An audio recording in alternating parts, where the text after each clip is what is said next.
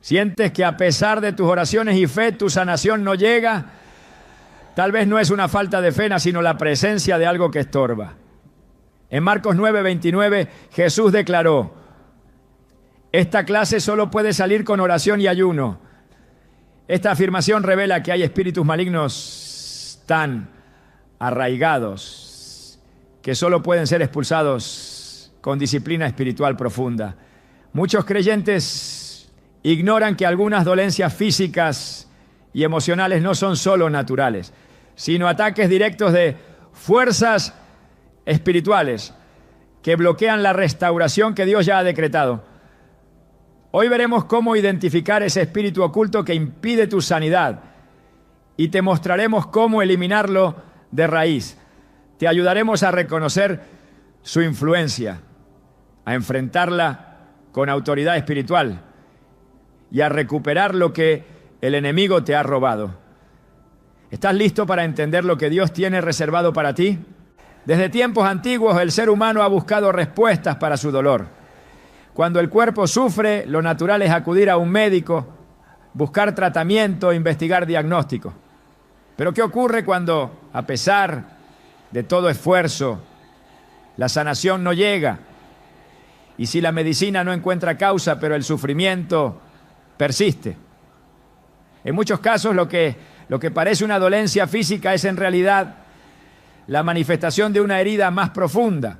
Una que no se ve en radiografías ni se detecta con análisis clínicos, pero que consume lentamente la vitalidad, la alegría y la paz interior. No todo lo que duele está en la carne. A veces el alma enferma primero y el cuerpo solo grita lo que el espíritu ya no puede callar. La Biblia revela verdades que el mundo moderno ha querido ignorar.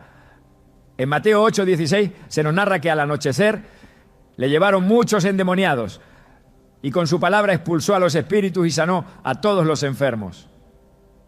Este versículo nos muestra que en muchos casos Jesús no solo sanaba enfermedades físicas, sino que trataba con espíritus que las causaban. No eran simples dolencias del cuerpo, eran opresiones espirituales disfrazadas de enfermedad. Esta dimensión espiritual de la sanidad ha sido olvidada por muchos, pero sigue siendo tan real hoy como en los tiempos de Cristo. Hay espíritus malignos que operan silenciosamente, disfrazándose de trastornos emocionales, fatiga crónica, depresión, ansiedad, insomnio, enfermedades autoinmunes y un sinfín de síntomas sin explicación clínica definitiva. ¿Qué ocurre cuando la medicina dice no sabemos, pero tú sabes que algo no está bien? Es en ese punto donde el discernimiento espiritual se vuelve esencial. El enemigo ha perfeccionado el arte del engaño. Una de sus estrategias más peligrosas es hacerte creer que tu sufrimiento es puramente físico, cuando en realidad ha sido orquestado desde las tinieblas. Efesios 6:12 nos lo advierte con claridad. Porque no tenemos lucha contra carne y sangre, sino contra principados, contra potestades, contra los gobernadores de las tinieblas de este siglo, contra huestes espirituales de maldad en las regiones celestes.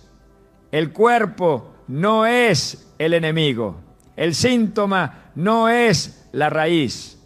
El verdadero conflicto ocurre en lo invisible, en lo espiritual, en lo profundo del alma, donde se libran las batallas más intensas. He conocido a personas que han peregrinado de médico en médico, especialistas, terapeutas, tratamientos alternativos y nada parece funcionar.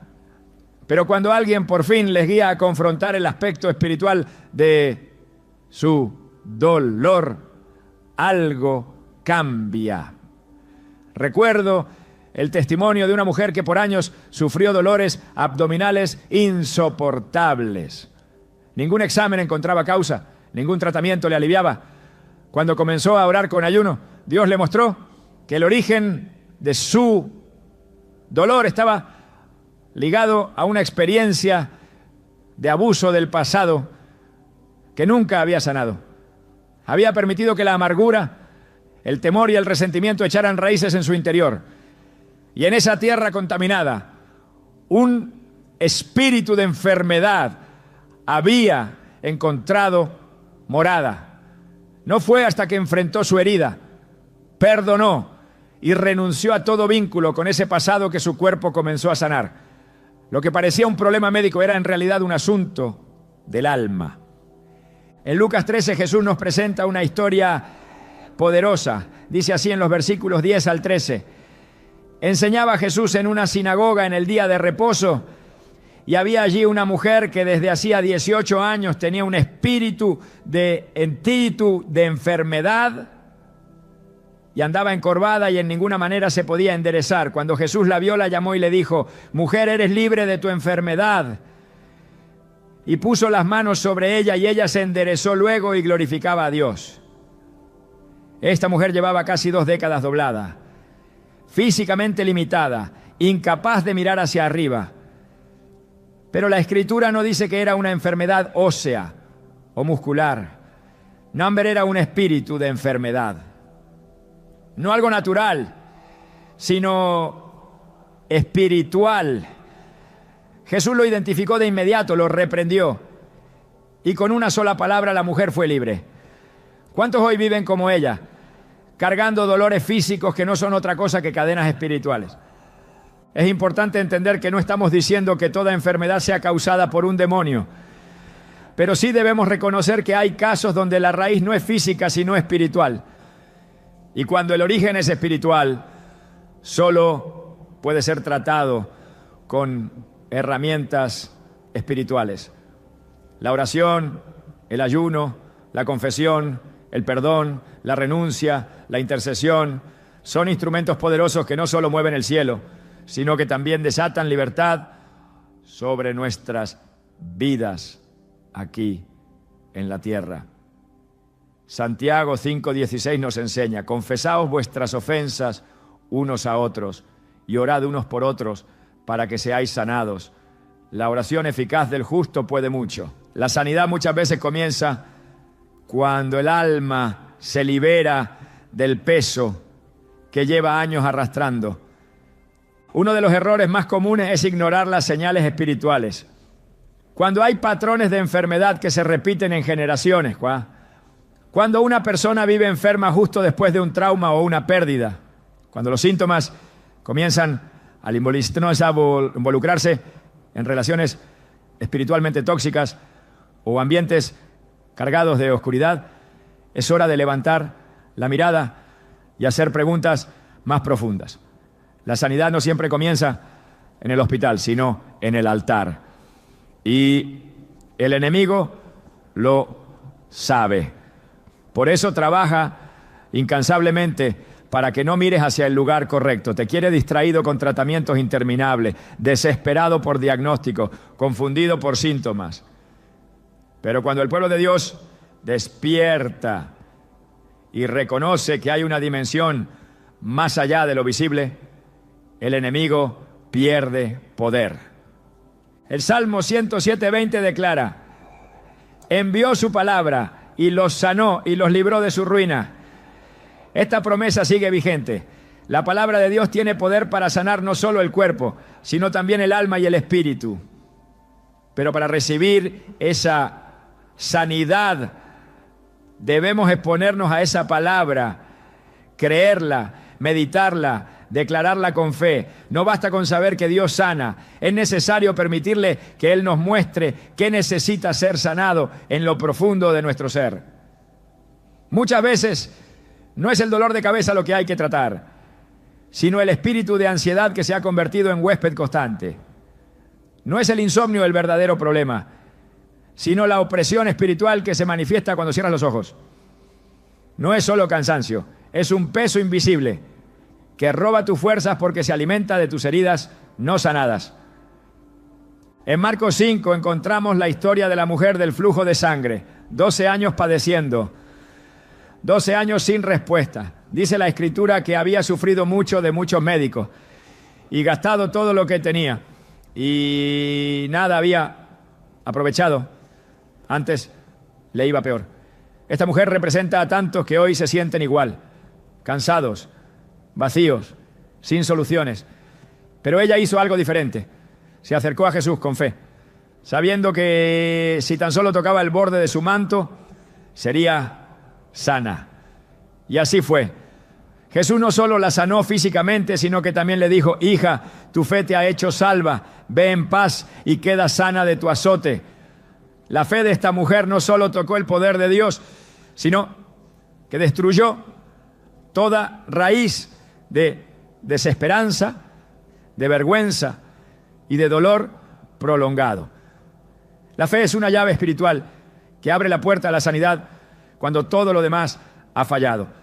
Es crucial examinar el estado del alma antes de correr tras soluciones externas. El rey David lo entendía profundamente. En el Salmo 32, 3-5, él declara: mientras callé, se envejecieron mis huesos en mi gemir todo el día, porque de día y de noche se agravó sobre mí tu mano, se volvió mi verdor en sequedades de verano. Mi pecado te declaré, y no encubrí mi iniquidad. Dije: confesaré mis transgresiones a Jehová, y tú perdonaste la maldad de mi pecado. Este pasaje nos revela cómo el pecado no confesado, el dolor reprimido y la culpa escondida pueden tener consecuencias físicas. Pero también nos muestra que cuando confesamos, cuando sacamos a la luz lo que estaba oculto, Dios responde con perdón y con sanidad. Hoy, tal vez tú también estás encorvado como aquella mujer en la sinagoga.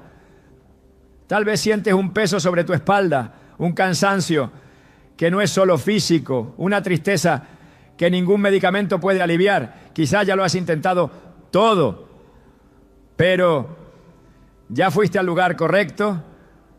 ¿Ya enfrentaste lo que tu alma no quiere recordar? ¿Ya expulsaste lo que tu espíritu lleva años soportando en silencio? No es casualidad que estés viendo este mensaje. Dios quiere revelarte que lo que te oprime no es solo una enfermedad, es un espíritu que debe ser confrontado, reprendido y echado fuera en el nombre de Jesús. No estás solo, no estás condenado. La sanidad que buscas no es imposible. Solo necesitas ir al origen real de tu dolor. Y cuando lo hagas verás cómo el cuerpo responde, cómo el alma respira, cómo la mente se aquieta. Porque donde el Espíritu del Señor está, allí hay libertad. La sanidad comienza con una revelación, una verdad espiritual que rompe el engaño. Y hoy esa verdad ha llegado hasta ti. No ignores la voz que te llama. No minimices los síntomas de tu alma. Dios quiere sanarte completamente, pero primero necesitas dejar que Él entre donde nadie más ha entrado. Y cuando lo haga, lo que por años estuvo bloqueado será liberado. Porque cuando Cristo libera, lo hace por completo. Muchos oran, muchos claman, muchos esperan, pero aún después de tanto tiempo nada cambia. La vida espiritual parece congelada. El avance se detiene, las promesas no se cumplen. Lo que alguna vez fue un camino con dirección, ahora se ha transformado en un círculo constante de repetición. Las mismas luchas, los mismos tropiezos, las mismas puertas cerradas. Esto no es una simple pausa en el proceso, es la señal de una operación espiritual más profunda. Cuando lo visible no se transforma a pesar de todo el esfuerzo, es hora de mirar lo invisible. Y allí, en lo oculto, se encuentra muchas veces una realidad que no puede ignorarse: el espíritu de estancamiento. La palabra de Dios no deja vacíos cuando se trata de mostrar cómo operan estas fuerzas. En el libro de Deuteronomio, capítulo 2, versículo 3, se encuentra una declaración poderosa de parte del Señor a su pueblo. Ya bastante tiempo han estado rodeando este monte. Den la vuelta hacia el norte. Este mensaje no era una observación geográfica, era una confrontación espiritual. El pueblo de Israel había pasado años vagando alrededor de la misma región sin entrar en la tierra prometida. Estaban vivos, pero no avanzaban. Existían, pero no progresaban. Tenían dirección, pero no movimiento. Esa es la esencia del estancamiento espiritual. Vivir atrapado en una temporada que ya deberías haber terminado. Este tipo de estancamiento no siempre se nota al principio. Puede disfrazarse de prudencia, de espera, incluso de paciencia. Pero cuando las estaciones se prolongan más allá del propósito de Dios, cuando los ciclos se repiten y la esperanza se desgasta, hay que discernir si no estamos siendo retenidos por una fuerza espiritual que ha aprendido a operar en silencio. El enemigo sabe que no siempre necesita destruir para vencer, a veces basta con detener. Si logra congelar tu fe, si consigue hacerte girar en círculos, si te convence de que ya nada puede cambiar, ha logrado su objetivo. En Números 14, 33 a 34 se describe otra escena reveladora. Y vuestros hijos andarán pastoreando por el desierto 40 años y sufrirán por vuestras infidelidades hasta que vuestros cuerpos sean consumidos en el desierto. Conforme al número de los días, de los 40 días en que reconocisteis la tierra, llevaréis vuestras iniquidades 40 años, un año por cada día. El pueblo había dudado de Dios, había dejado que el temor les impidiera entrar y como consecuencia quedaron atrapados en un desierto que no fue diseñado para retenerlos, sino para prepararlos. Pero el estancamiento provocado por la desobediencia y la incredulidad se convirtió en prisión. Es vital entender que el estancamiento espiritual no siempre es el resultado de falta de esfuerzo. Muchas veces es el fruto de puertas abiertas que nunca se cerraron, de pactos que no fueron rotos, de hábitos que persisten bajo una apariencia de normalidad. El enemigo no siempre actúa con violencia, a veces opera con persistencia. Un ciclo de enfermedad recurrente, una cadena de pensamientos limitantes, una incapacidad constante para concluir lo que se empieza, son algunas de las manifestaciones que delatan la presencia de un espíritu de estancamiento. Su función es agotar lentamente la fe, erosionar la perseverancia y consumir la esperanza, hasta que la persona se conforme con vivir en el umbral de lo que Dios prometió, sin jamás entrar. Cuando el Señor habló a Josué en el capítulo 1 de su libro, fue directo: mi siervo Moisés ha muerto. Ahora pues levántate y pasa este Jordán. Josué 1:2. Era un llamado a romper con la inercia. Moisés había guiado al pueblo, pero su ciclo había concluido. Josué no podía seguir esperando en el pasado. Había un tiempo nuevo que requería una acción nueva. Esta instrucción no era solo física, era espiritual. Levantarse implicaba más que moverse, implicaba asumir la autoridad, cerrar el capítulo anterior, sacudirse el letargo, rechazar la nostalgia y caminar hacia la conquista. Dios no llama a permanecer inmóviles en tierra de promesa. Él llama a poseerla. El espíritu de estancamiento muchas veces se alimenta de la indecisión. En 1 de Reyes 18:21, el profeta Elías desafía al pueblo con palabras penetrantes. ¿Hasta cuándo claudicaréis entre dos pensamientos? Si Jehová es Dios, seguidle, y si Baal, id en pos de él. El pueblo no estaba muerto, pero tampoco vivo espiritualmente. Existían en un estado de tibieza, de dualidad, de inestabilidad, y en ese lugar no hay sanidad, no hay crecimiento, no hay avance. La parálisis espiritual muchas veces no es por falta de poder divino, sino por falta de decisión humana. El estancamiento se instala donde no hay determinación. La libertad se manifiesta donde hay entrega total. La Escritura también muestra que el estancamiento puede estar vinculado al olvido del pacto. En Jueces 2:10 a 11 se nos dice: y toda aquella generación también fue reunida a sus padres. Y se levantó después de ellos otra generación que no conocía a Jehová, ni la obra que él había hecho por Israel. Después, los hijos de Israel hicieron lo malo ante los ojos de Jehová y sirvieron a los Baales. Cuando se pierde la memoria espiritual, el alma pierde dirección. El pueblo no fue destruido por un ejército, sino por una desconexión. Sin referencia del pasado, sin obediencia en el presente, quedaron atrapados en ciclos de opresión. Así opera también el estancamiento. Borra la visión, entierra las promesas, repite el dolor. Pero el plan de Dios nunca ha sido la permanencia en el desierto. Él no creó al hombre para que dé vueltas sobre el mismo punto, sino para que crezca, avance y conquiste. Isaías 43, 18 a 19 declara con poder: no os acordéis de las cosas pasadas, ni traigáis a memoria las cosas antiguas. He aquí que yo hago cosa nueva, pronto saldrá a luz. ¿No la conoceréis? Esta es la voz de Dios rompiendo el ciclo. Es el grito del cielo anunciando que hay algo nuevo, que ya es tiempo de salir del lugar donde el alma ha sido retenida.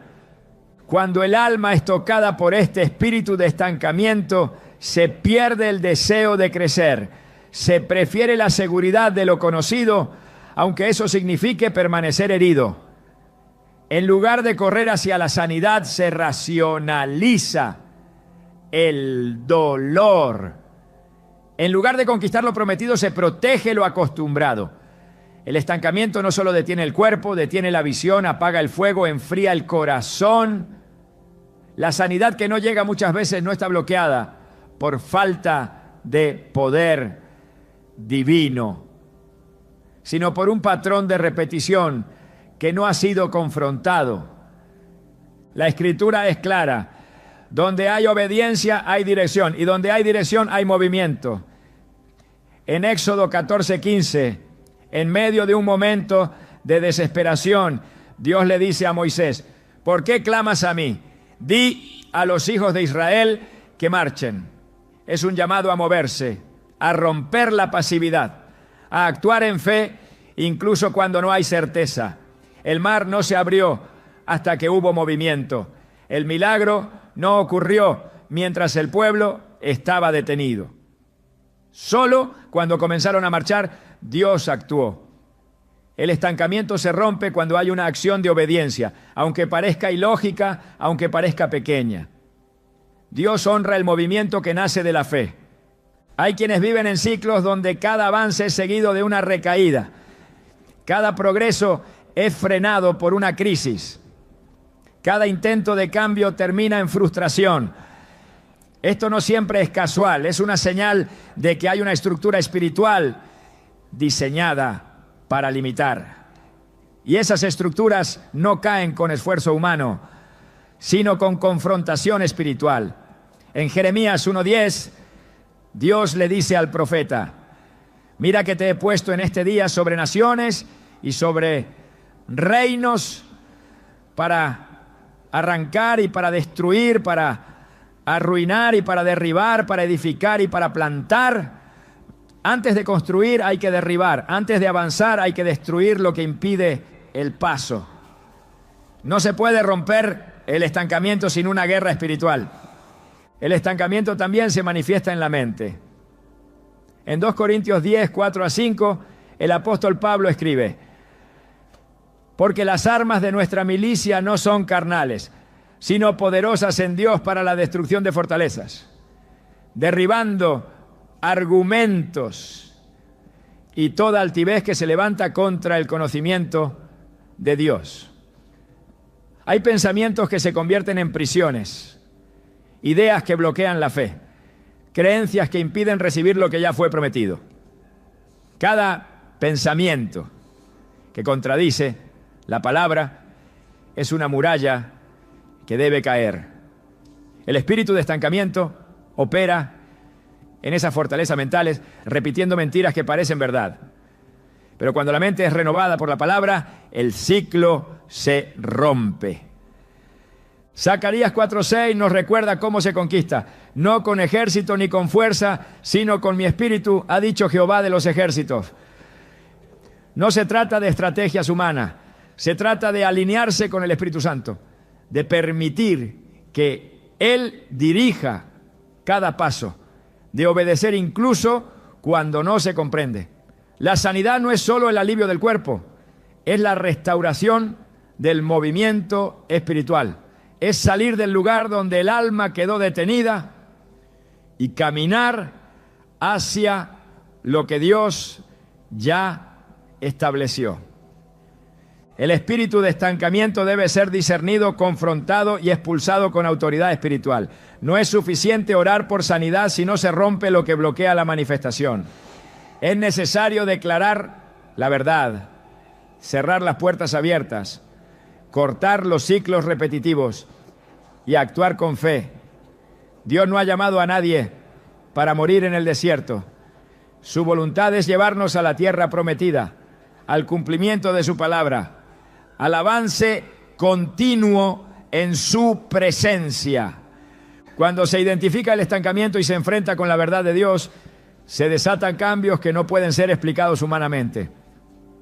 Las puertas se abren, la fe se activa, la vida se alinea con el propósito. Lo que estaba bloqueado comienza a fluir, porque Dios no es Dios de parálisis, sino de propósito. No es Dios de ciclos interminables, no, sino de cumplimiento. Y cuando Él habla, el alma despierta, los pies se levantan y el camino se despeja. Ese es el momento donde todo cambia. Uno de los mayores obstáculos para la sanidad espiritual y física no siempre es visible a los ojos humanos, pero opera con una fuerza devastadora. No se manifiesta con gritos ni con escándalos, pero consume silenciosamente el alma, corrompe el corazón y abre las puertas a la opresión espiritual. Ese obstáculo se llama falta de perdón. Cuando no se perdona, se retiene en el espíritu una carga que no fue diseñada para ser llevada. Esa carga se convierte en amargura, esa amargura en raíz, y esa raíz da fruto en forma de enfermedad, estancamiento, tormento e incluso opresión demoníaca. La falta de perdón no es solo una decisión emocional, es una puerta espiritual que define si el alma será libre o quedará encadenada. Jesús no trató el perdón como una sugerencia opcional. En Marcos 11 y 25 lo dejó claro. Y cuando estéis orando, perdonad si tenéis algo contra alguno, para que también vuestro Padre que está en los cielos os perdone a vosotros vuestras ofensas. Este principio está directamente relacionado con la eficacia de la oración. El perdón no solo libera a la persona que lo recibe, también libera a quien lo otorga. Cuando se retiene el perdón, se estanca el fluir espiritual. El cielo se cierra, la sanidad se retrasa, la voz de Dios se silencia.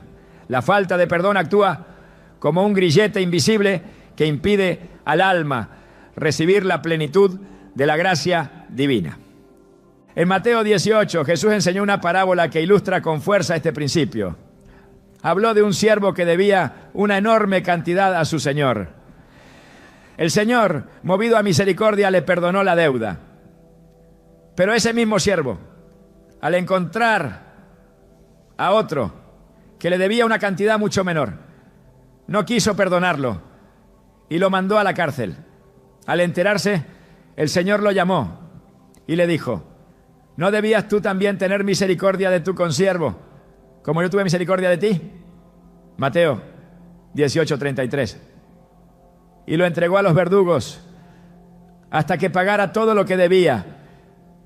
Luego Jesús concluye con palabras que estremecen. Así también mi Padre Celestial hará con vosotros, si no perdonáis de todo corazón cada uno a su hermano sus ofensas. Versículo 35. El que no perdona se entrega a los verdugos. La falta de perdón abre una puerta espiritual legal para que el enemigo atormente. Y mientras esa puerta siga abierta, no hay oración que rompa el yugo. El espíritu de enfermedad encuentra terreno fértil en corazones que no han perdonado. La amargura, la ira, el rencor y el resentimiento son puertas abiertas que permiten al enemigo establecer fortalezas en la mente, en el alma y eventualmente en el cuerpo.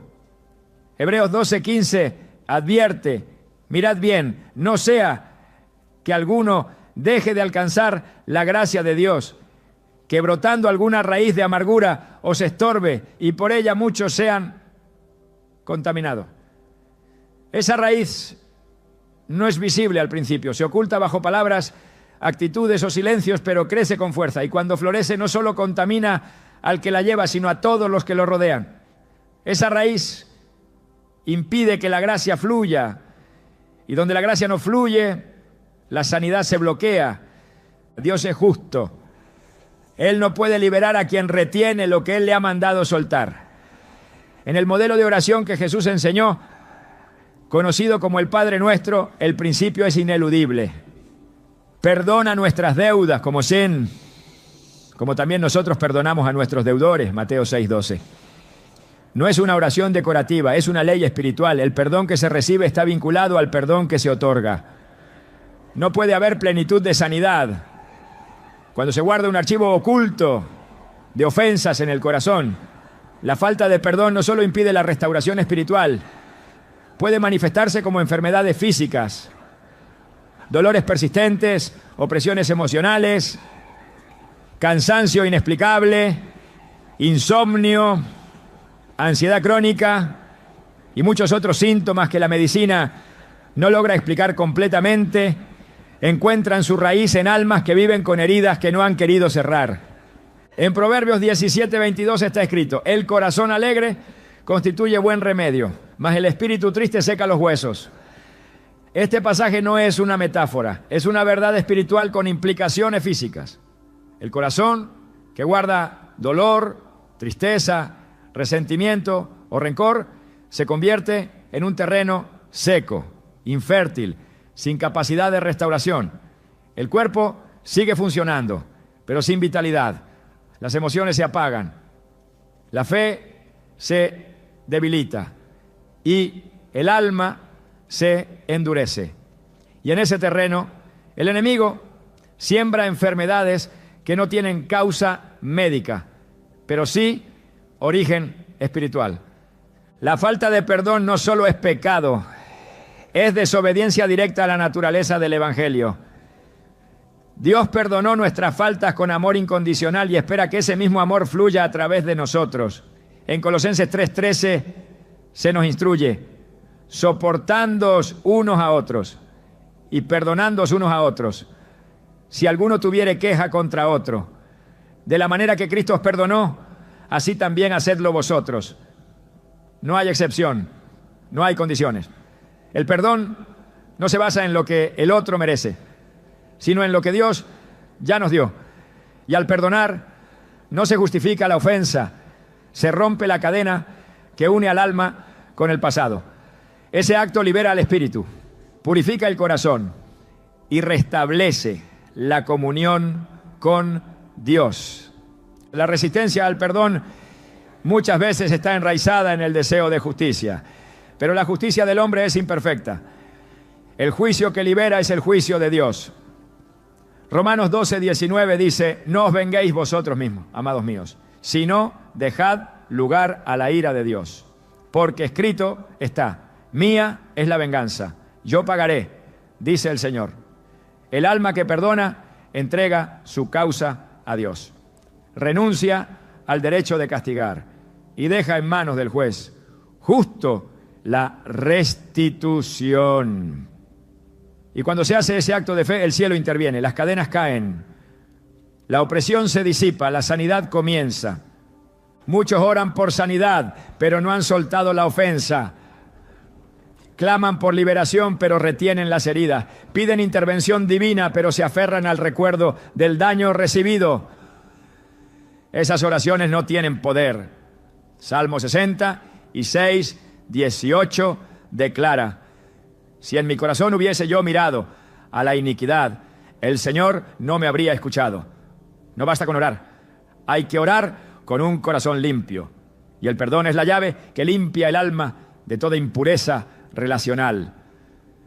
No hay milagro más poderoso que un alma que decide soltar la ofensa, bendecir al que le hirió y confiar en que Dios hará justicia. El perdón no es un sentimiento, es una decisión espiritual. Es declarar con autoridad que el pasado no tendrá poder sobre el presente. Es cerrar la puerta al enemigo que se alimenta de la herida abierta, es decir, con convicción. Aunque dolió, no me quedaré atrapado en este dolor. Es un acto de guerra espiritual.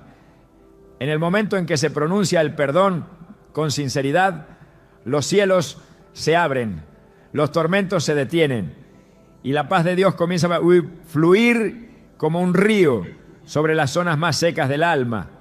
Jesús, en su momento de mayor agonía, colgado en la cruz, exhalando sus últimas fuerzas, no gritó juicio, no exigió venganza, no condenó a sus verdugos. Pronunció una oración que resuena con poder eterno: Padre, perdónalos, porque no saben lo que hacen. Lucas 23, 34. Ese acto rompió la maldición del pecado, desarmó al enemigo y abrió la puerta de la redención. Si el Hijo de Dios, inocente y perfecto, pudo perdonar en el momento más oscuro, ¿cuánto más deberíamos hacerlo nosotros que hemos recibido ese mismo perdón? No se puede avanzar en la vida espiritual con cargas no resueltas. No se puede entrar en la plenitud de la sanidad sin haber enfrentado primero las heridas del alma. La falta de perdón es una prisión invisible. La amargura es un veneno lento. El resentimiento es una trampa disfrazada de justicia. Pero la palabra de Dios ofrece una salida.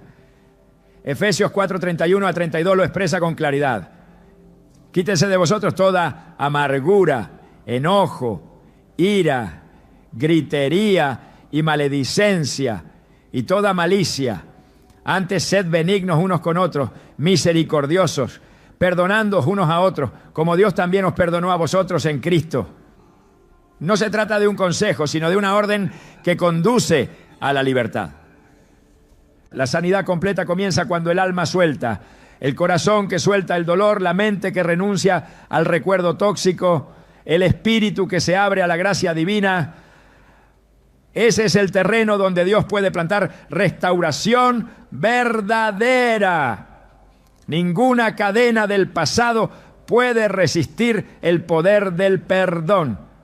Ninguna fortaleza demoníaca puede mantenerse en pie donde el amor ha vencido al rencor. Y ninguna enfermedad puede seguir dominando donde el alma ha sido purificada por la decisión de liberar a quien había sido retenido. Hoy el llamado es claro: no basta con querer sanar, hay que remover lo que estorba. Y si lo que estorba es la falta de perdón, entonces el primer paso hacia la sanidad es decir perdono. No por obligación, sino por obediencia. No por debilidad, sino por fuerza espiritual. No porque el otro lo merezca, sino porque Dios lo ordena. Y cuando esa palabra se pronuncia con fe, el enemigo pierde todo derecho legal. El espíritu de enfermedad que se alimenta del odio se queda sin sustento. El alma se libera y la sanidad comienza a manifestarse. El miedo no es una emoción cualquiera, no es simplemente una reacción natural ante el peligro. El miedo, cuando no es confrontado a la luz de la verdad de Dios, se convierte en una estructura espiritual que paraliza la fe, debilita el alma y bloquea completamente el fluir del poder divino. En la superficie puede parecer un simple sentimiento de inseguridad, pero en lo profundo es una de las herramientas más efectivas que el enemigo utiliza para sembrar dudas, romper convicciones y evitar que se manifieste lo que el cielo ya ha decretado. El miedo no entra con estruendo, entra con susurro. Se presenta disfrazado de lógica, de prudencia, de realismo. Dice cosas como, ¿y si no te sanas? ¿Y si esto no cambia nunca? ¿Y si todo empeora? Es en esas preguntas donde empieza a erosionarse la fe. Y una fe debilitada es terreno fértil para el estancamiento, la enfermedad y el silencio de Dios. En 2 Timoteo 1:7, el apóstol Pablo declara con contundencia, porque no nos ha dado Dios espíritu de cobardía, sino de poder, de amor y de dominio propio. Esto no es una expresión simbólica, es una afirmación directa. El miedo es un espíritu y como tal debe ser confrontado espiritualmente. Desde el principio de la Escritura se revela que el miedo fue uno de los primeros efectos de la caída. Cuando Adán y Eva desobedecieron, su primera reacción fue esconderse. Y cuando Dios los llama, Adán responde, oí tu voz en el huerto y tuve miedo. Génesis 3:10. El miedo fue la primera señal de que la relación con Dios había sido rota. El hombre que antes caminaba en libertad ahora se escondía. El miedo siempre empuja a huir de la presencia de Dios. Y fuera de su presencia no hay sanidad, no hay restauración, no hay libertad. El miedo actúa como una niebla que distorsiona la percepción. Donde hay miedo, las promesas se ven lejanas. Las oraciones se sienten débiles. El futuro parece oscuro. La fe no desaparece de golpe, pero empieza a diluirse en la incertidumbre. En Números 13, cuando los espías fueron enviados a explorar la tierra prometida, todos vieron la misma realidad. Una tierra fértil, llena de frutos, pero habitada por gigantes. Solo 2 de ellos, Josué, Caleb, creyeron que podían conquistarla. El resto, atemorizados, dijeron, no podremos subir contra aquel pueblo, porque es más fuerte que nosotros. El miedo transformó una promesa en una amenaza. El pueblo creyó, es esa versión, y como resultado quedaron condenados a vagar en el desierto. El miedo no solo paraliza, puede retrasar años el cumplimiento de un propósito divino. Hay una guerra espiritual en curso y el campo de batalla es la mente. Romanos 8:15 afirma, pues no habéis recibido el espíritu de esclavitud para estar otra vez en temor, sino que habéis recibido el espíritu de adopción por el cual clamamos, Abba, Padre. El miedo esclaviza, hace al alma retroceder cuando debería avanzar. El miedo susurra que es tarde, que es inútil, que ya no hay oportunidad. Pero la adopción divina nos asegura acceso pleno al corazón del Padre, y en Él no hay lugar para el temor. Donde hay paternidad divina, hay seguridad. Donde hay amor perfecto, el miedo no puede sostenerse. El temor no solo afecta la fe, también afecta el cuerpo. Provoca tensión, insomnio, debilitamiento del sistema inmunológico, fatiga y desequilibrio emocional. Es una señal visible de un conflicto espiritual invisible. En muchas ocasiones, la raíz de la enfermedad no está en una bacteria o un virus, sino en un miedo constante, una ansiedad no tratada, una angustia que se ha alojado en el alma y ha comenzado a influir en el cuerpo. El Salmo 34:4 da una respuesta contundente: busqué a Jehová y Él me oyó y me libró de todos mis temores. La oración no solo libera del peligro, libera del miedo al peligro, y esa diferencia lo cambia todo. Jesús enfrentó esta realidad con autoridad en múltiples ocasiones. Antes de realizar un milagro, pronunció una frase clara: no temas. No lo decía como una simple palabra de consuelo, sino como una orden espiritual. En Marcos 5:36, cuando informan a Jairo que su hija ha muerto, Jesús le responde: no temas, cree solamente. Era una situación límite. La muerte ya había llegado. Pero Jesús sabía que si el miedo entraba, la fe no podría operar. El temor y la fe no pueden habitar el mismo espacio. Uno anula al otro. Donde hay temor, se interrumpe el flujo del poder divino. Pero donde hay fe, incluso la muerte retrocede. En el contexto espiritual, el miedo funciona como un permiso tácito. Lo que temes te domina. Lo que aceptas como inevitable se fortalece en tu vida. Job lo expresó así: porque el temor que me espantaba me ha venido y me ha acontecido lo que yo temía. Job 3:25. Esta declaración no es casual. Es una ley espiritual en acción. El miedo persistente, no confrontado con la verdad de Dios, puede convertirse en una realidad tangible. El enemigo trabaja con acuerdos. Si el alma acuerda con el temor, se cierra a la intervención divina. Por eso es imprescindible romper ese vínculo, declarar con la palabra, rechazar con la autoridad del Espíritu Santo todo pensamiento que no proviene de Dios. La palabra de Dios no ignora la realidad del miedo, pero no lo valida como parte del diseño del creyente. Isaías 41:10 lo confirma. No temas, porque yo estoy contigo. No desmayes, porque yo soy tu Dios, que te esfuerzo. Siempre te ayudaré. Siempre te sustentaré con la diestra de mi justicia. La clave para vencer el miedo no está en la negación, sino en la presencia. Dios no promete ausencia de problemas, pero sí su compañía constante. Y su presencia es suficiente para silenciar cada temor.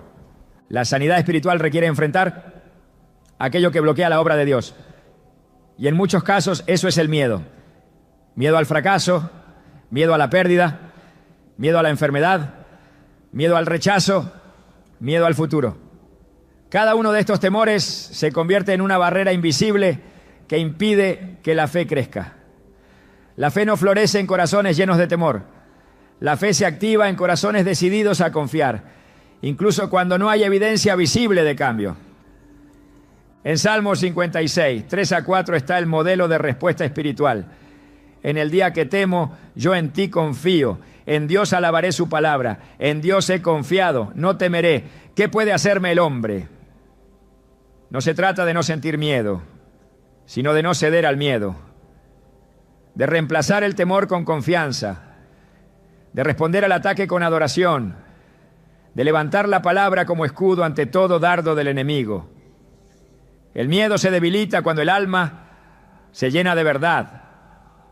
Y la verdad no es una idea abstracta, es una persona. Jesús dijo: yo soy el camino, la verdad y la vida. Conocerlo a Él es conocer la paz que vence todo temor. Hay momentos en que el miedo se presenta como una voz continua, una voz que cuestiona, que inquieta, que repite argumentos de fracaso. Esa voz debe ser silenciada con autoridad. Jesús enfrentó esa voz en el desierto, cuando el enemigo lo tentó, y lo hizo citando la Escritura. Cada vez que el diablo hablaba, Jesús respondía: escrito está. Esa es la estrategia. No se debate con el temor, se le responde con la palabra. No se le concede espacio, se le expulsa, porque cada vez que se le permite quedar, se roba un poco más de la promesa. La adoración también es un arma contra el temor. Cuando el alma se enfoca en la grandeza de Dios, el miedo se reduce. En 2 Crónicas 20, el rey Josafat enfrentaba una amenaza militar imposible. El pueblo temblaba, pero en lugar de recurrir primero a la fuerza, Josafat buscó a Dios, proclamó ayuno y comenzó a adorar. El resultado fue que Dios confundió a los enemigos y dio la victoria sin que el pueblo tuviera que pelear. Donde hay adoración, hay victoria. Porque la adoración exalta a Dios por encima del problema. Y donde Dios es exaltado, el miedo se disuelve. La sanidad que muchos anhelan está detenida porque el miedo ha tomado el lugar de la fe. Las promesas están suspendidas, no porque Dios haya cambiado, sino porque el corazón ha permitido que el temor dicte las decisiones.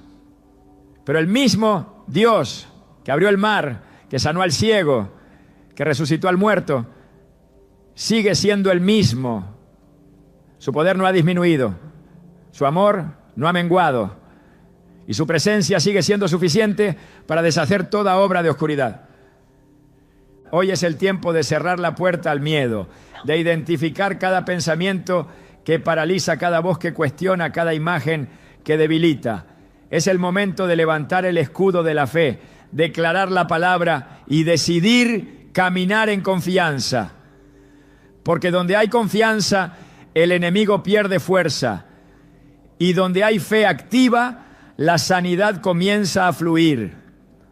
La opresión espiritual no es un concepto simbólico, es una realidad bíblica.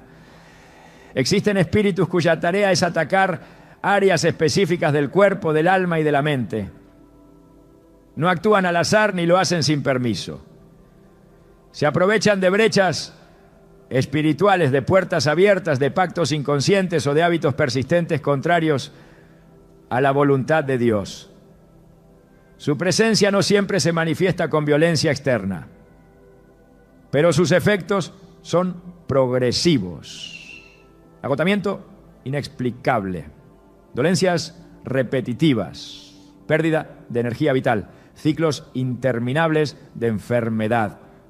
El cuerpo responde a una guerra que se origina en otra dimensión. Jesús enfrentó esta clase de ataques directamente. En Mateo 9, 32 a 33, se relata que le trajeron un mudo endemoniado y echado fuera el demonio, el mudo habló. La limitación física no era por una condición médica, era causada por un espíritu que bloqueaba su capacidad. Al ser expulsado, el cuerpo fue liberado.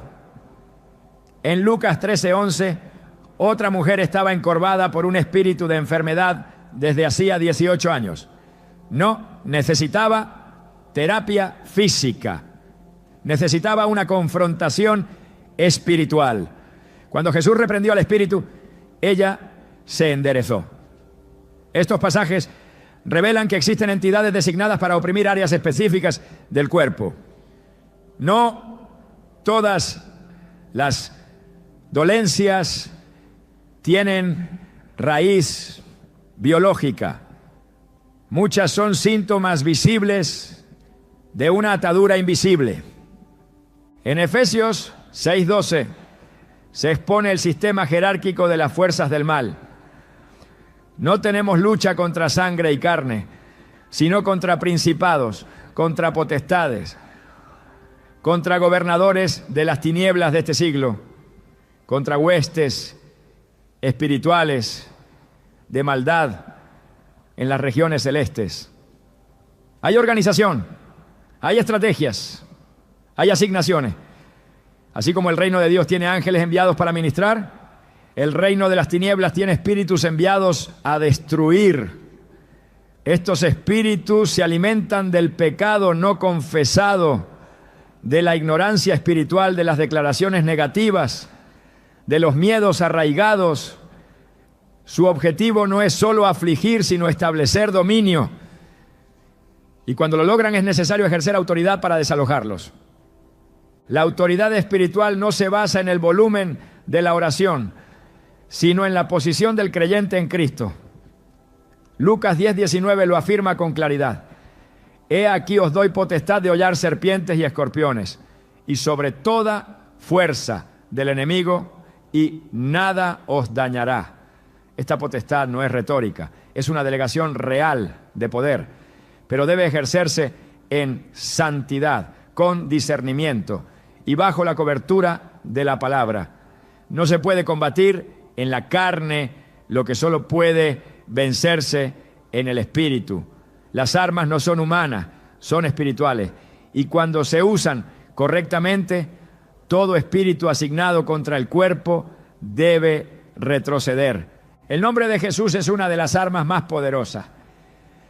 En Filipenses 2:10 se declara: para que en el nombre de Jesús se doble toda rodilla de los que están en los cielos y en la tierra y debajo de la tierra. No hay entidad espiritual que pueda resistir la autoridad de ese nombre. Pero ese nombre no puede ser usado con ligereza. Solo quienes están bajo su señorío, quienes viven rendidos a su voluntad, pueden invocar su poder con efectividad. La santidad es un escudo. La obediencia es una fortaleza. El enemigo reconoce la autoridad, no las apariencias. En Hechos 19, los hijos de Seba intentaron usar el nombre de Jesús sin tener relación con él. Y el Espíritu los enfrentó diciendo: a Jesús conozco y sé quién es Pablo, pero vosotros, ¿quiénes sois? La autoridad no se imita, se recibe por consagración. Otra arma clave es la sangre del Cordero. Apocalipsis 12:11 dice que los creyentes vencen por medio de la sangre del Cordero y de la palabra del testimonio de ellos. Esa sangre no solo redime, también protege, limpia, restaura. Cuando el creyente ora declarando esa sangre sobre su cuerpo, su casa, su entorno, está marcando territorio espiritual. El enemigo no puede cruzar la línea de la sangre sin ser confrontado por el poder del cielo. Es un límite inviolable, un recordatorio constante de la derrota del infierno. El ayuno también es un arma de guerra. En Marcos 9:29, Jesús afirmó que ciertos géneros de espíritus no salen sino con oración y ayuno. Hay opresiones que no ceden ante oraciones breves o declaraciones aisladas. Requieren disciplina espiritual, sacrificio de carne, búsqueda intensa. El ayuno no manipula a Dios, alinea al creyente, reduce el ruido de la carne para amplificar la voz del Espíritu. Es una forma de decirle a Dios: tu voluntad está por encima de mi necesidad. El Espíritu Santo es el aliado supremo en esta batalla. Es Él quien revela, quien guía, quien capacita. Juan 16:13 lo llama el Espíritu de verdad, y es esa verdad la que expone las obras del enemigo. Cuando se ora en el Espíritu, cuando se vive en comunión con Él, la oscuridad pierde terreno. Donde el Espíritu del Señor está, hay libertad. Y esa libertad se manifiesta también en el cuerpo. Los espíritus asignados operan con legalidad espiritual. Si no hay brechas, no pueden entrar. Por eso es esencial cerrar toda puerta abierta, renunciar a pecados pasados, cortar ataduras generacionales, cancelar palabras maldichas, romper pactos inconscientes. Cada acto de obediencia cierra una brecha. Cada declaración en fe fortalece el muro. Cada paso hacia la santidad debilita al enemigo. La victoria no es una esperanza lejana, es una realidad disponible, pero requiere confrontación. No se puede sanar lo que no se enfrenta, y no se puede enfrentar lo que no se discierne. El cuerpo no fue creado para ser prisión del dolor, fue diseñado como templo del Espíritu. Y donde habita el Espíritu Santo, ningún otro espíritu puede permanecer. La sanación no es una posibilidad remota ni una promesa incierta. Es una verdad establecida, una obra ya consumada, una herencia espiritual disponible para todo aquel que camina en fe y en obediencia. No es algo que Dios está considerando hacer, es algo que ya hizo en Cristo. Isaías 53:5 declara con autoridad: mas Él herido fue por nuestras rebeliones, molido por nuestros pecados. El castigo de nuestra paz fue sobre Él, y por su llaga fuimos nosotros curados. Esa frase no está en futuro, está en pasado. Fuimos curados. La obra fue completada. El decreto ya fue firmado en el cielo. Lo que queda es romper todo lo que impide que se manifieste en la tierra. Cuando Jesús exclamó en la cruz: consumado es, Juan 19:30, no solo sellaba el perdón de pecados, también establecía una victoria total sobre las consecuencias del pecado, incluyendo la enfermedad. Su sacrificio no fue parcial, fue total. La cruz no ofreció solo redención para el alma, sino restauración completa para el ser humano en su totalidad, espíritu, alma y cuerpo. Toda sanación verdadera es una extensión del poder de esa obra. No hay otra fuente legítima, no hay otro canal. Y si la sanidad ya fue decretada por esa sangre, entonces la enfermedad persistente es una señal de que algo está bloqueando su manifestación. El cielo no tiene enfermedades. En la presencia de Dios no hay dolencia, ni opresión, ni aflicción. En Apocalipsis 21:4 se afirma que enjugará Dios toda lágrima de los ojos de ellos. Y ya no habrá muerte, ni habrá más llanto, ni clamor, ni dolor. Ese es el modelo del reino. Y cuando Jesús enseñó a orar, dijo: hágase tu voluntad como en el cielo, así también en la tierra. Mateo 6:10. No estamos llamados a conformarnos con el dolor, estamos llamados a alinear la tierra con el cielo. Pero esa alineación requiere acción espiritual. No basta con esperar. Hay que ejercer autoridad. Hay que identificar el bloqueo y derribarlo. Uno de los mayores errores es pensar que la sanidad es una recompensa. No es un premio por buen comportamiento. Es un derecho legal basado en la justicia de Cristo. En Marcos 2, Jesús sana a un paralítico y antes de hacerlo le dice: tus pecados te son perdonados. Los presentes se escandalizan, pero Jesús le responde: ¿qué es más fácil, decir al paralítico tus pecados te son perdonados, o decirle levántate, toma tu lecho y anda? Marcos 2:9. Él está revelando que la sanidad está directamente conectada con el perdón, con la redención, con el nuevo pacto. La misma cruz que perdona también restaura. La misma sangre que limpia también sana. Y si esa sangre ya fue derramada, la sanidad ya fue liberada. El bloqueo entonces no está en Dios, está en el hombre, está en los acuerdos ocultos, en las fortalezas mentales, en las heridas no tratadas, en los hábitos no confrontados. Está en la falta de perdón, en el miedo aceptado, en el pecado tolerado. Está en la fe inactiva, en la obediencia a medias, en la duda racionalizada. El enemigo no tiene poder autónomo para retener la sanidad, pero sí puede operar donde encuentra puertas abiertas.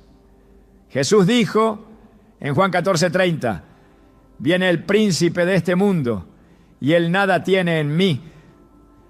Esa fue su fortaleza. No había en él lugar para el enemigo.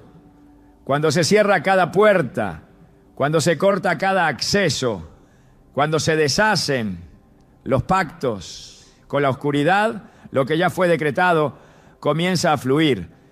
En Hechos 3, Pedro y Juan encuentran a un cojo a la puerta del templo. Él esperaba limosna. Ellos liberan una sanidad. No tengo plata ni oro, pero lo que tengo te doy. En el nombre de Jesucristo de Nazaret, levántate y anda. Hechos 3:6. Esa sanidad no fue generada en el momento, fue liberada. Ya existía en el ámbito espiritual y la fe activa la trajo a lo visible. Así funciona el reino. La sanidad no se negocia, se ejecuta. No se ruega como quien mendiga. Se reclama como quien posee una herencia legítima. El creyente no está llamado a tolerar la opresión, sino a resistirla. Santiago 4:7 lo establece con claridad. Someteos pues a Dios, resistid al diablo y huirá de vosotros. La resistencia espiritual no es pasiva, es firme, es constante, es respaldada por la palabra. No se trata de insistencia emocional, sino de legalidad espiritual. El enemigo huye donde encuentra autoridad ejercida, y esa autoridad nace de la obediencia. Cuanto más alineado está el corazón con Dios, más fluye la manifestación del cielo sobre la tierra. La sanidad ya fue provista, el precio ya fue pagado, el decreto ya fue pronunciado, pero el alma necesita estar lista para recibirlo. Y eso requiere romper con todo pensamiento contrario a la verdad de Dios. En 2 Corintios 10, 4 a 5 se afirma que las armas de nuestra milicia no son carnales, sino poderosas en Dios para la destrucción de fortalezas. Toda enfermedad que persiste sin razón aparente toda dolencia que desafía la fe, toda opresión que debilita el cuerpo, debe ser enfrentada como una fortaleza espiritual que necesita ser destruida. La clave no está en hacer más, está en alinear el corazón, renovar la mente, purificar el ambiente. Está en declarar la palabra, en confesar la verdad, en renunciar a todo lo que no proviene de Dios.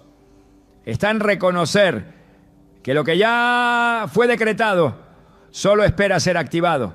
El milagro ya fue preparado, la respuesta ya fue liberada. Y cuando el alma se conecta con esa verdad, nada puede impedir la manifestación. Dios nunca te diseñó para vivir dependiendo del dolor. No fuiste creado para normalizar la lucha constante ni para resignarte a una vida a medias. Hay una verdad que trasciende todo diagnóstico, todo pronóstico, todo historial. Tú naciste para manifestar la gloria de Dios en tu cuerpo, en tu alma, en tu espíritu. La enfermedad no es tu identidad. El estancamiento no es tu herencia. La opresión no es tu destino. Lo que te ata hoy no tiene poder para anular lo que el cielo declaró sobre ti desde la eternidad. La Escritura dice en Romanos 8:11, y si el espíritu de aquel que levantó de los muertos a Jesús mora en vosotros, el que levantó de los muertos a Cristo Jesús vivificará también vuestros cuerpos mortales por su espíritu que mora en vosotros. Esta no es una promesa distante, es una realidad presente. Ese espíritu vive en ti. Y si pudo levantar a Jesús de entre los muertos, no hay dolencia que no pueda ser revertida, no hay ciclo que no pueda ser quebrado, no hay opresión que no pueda ser destruida por ese mismo poder.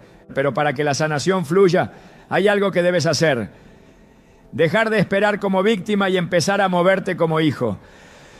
No te quedes observando la puerta cerrada, no sigas analizando el porqué del retraso. Comienza a declarar con la autoridad que se te ha dado. Comienza a caminar, aunque todavía duela.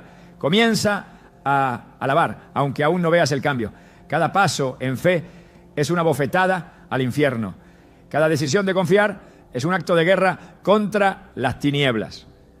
Cada vez que eliges creer en lo invisible, estás abriendo espacio para que lo eterno se manifieste. No permitas que ese espíritu maligno escriba el final de tu historia. No le des poder con tu silencio, con tu resignación, con tu rutina de derrota. Hoy es el día para romper. Hoy es el día para alinear tu boca con lo que Dios ya dijo. Hoy es el día para levantarte y declarar: no viviré estancado, no viviré limitado, no viviré oprimido, porque el Espíritu de Dios mora en mí y su poder vivifica todo lo que parecía muerto. Tu sanación no empieza con un milagro visible, comienza con una decisión interna, y esa decisión puedes tomarla ahora.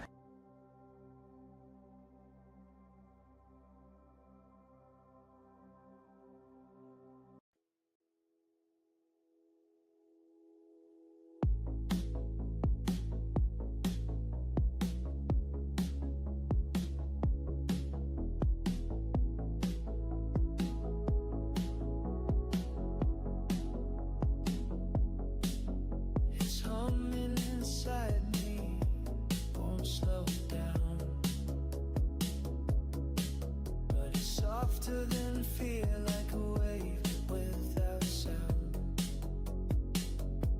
Let it break, says the silence in my chest.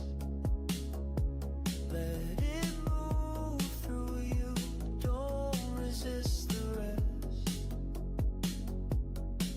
I've been chasing stillness.